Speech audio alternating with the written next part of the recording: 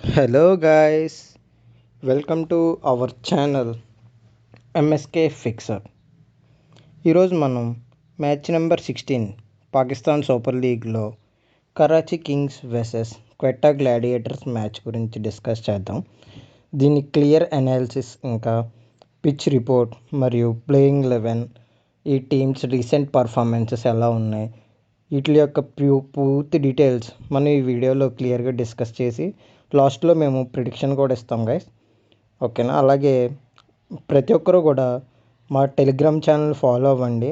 మీకు football tips కావాలన్నా football tips మరియు క్రికెట్ టిప్స్ అన్నీ ప్రొవైడ్ చేస్తాం మేము మా టెలిగ్రామ్ ఛానల్లో.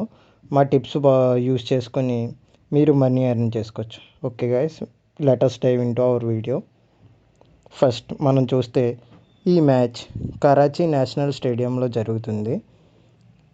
కరాచీ నేషనల్ స్టేడియం కొద్దిగా ఈక్వల్ పిచ్, అటు బ్యాటర్స్కి బౌలర్స్కి కూడా సపోర్ట్ చేస్తుంది. ఓవరాల్గా చూసుకుంటే అది లాస్ట్ మ్యాచెస్ లాహోర్ టైప్ కాకుండా ఈ పిచ్ ఈక్వల్గా సపోర్ట్ చేస్తుంది బ్యాటర్స్కి అలాగే బౌలర్స్కి కూడా.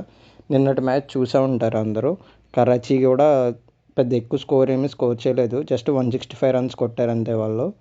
సో దీన్ని బట్టి అర్థం చేసుకోవచ్చు ఈ పిచ్లో బౌలర్స్ కూడా కొద్దిగా అసిస్ట్ ఉంది.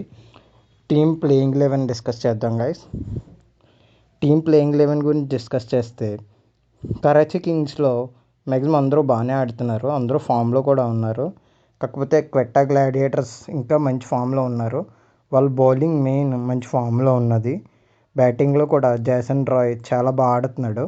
ఖవాజా నఫీ అండర్ 19 ప్లేయర్ తనైతే తన పెర్ఫార్మెన్స్తో అందరినీ మెస్పరైజ్ చేస్తున్నాడు ఈ సీజన్లో.